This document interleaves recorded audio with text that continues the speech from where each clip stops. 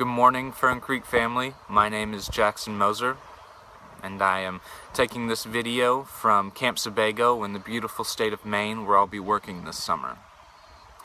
My word of encouragement this morning comes from 2 Corinthians, the 12th chapter, and it simply says this: "My grace is sufficient for you, for in your weaknesses my power is made perfect."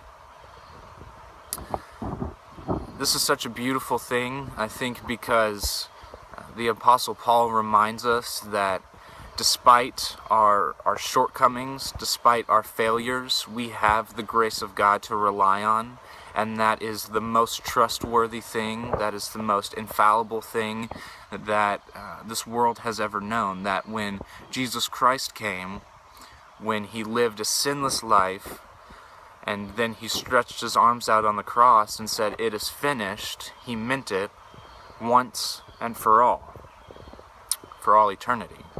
And so now we, as sinful people, as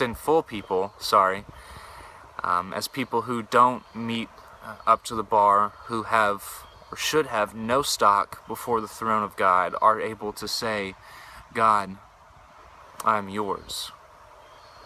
I accept you. I love you. Teach me, mold me, make me. Pour out your grace and mercy on me that I may live for you." And that can move mountains.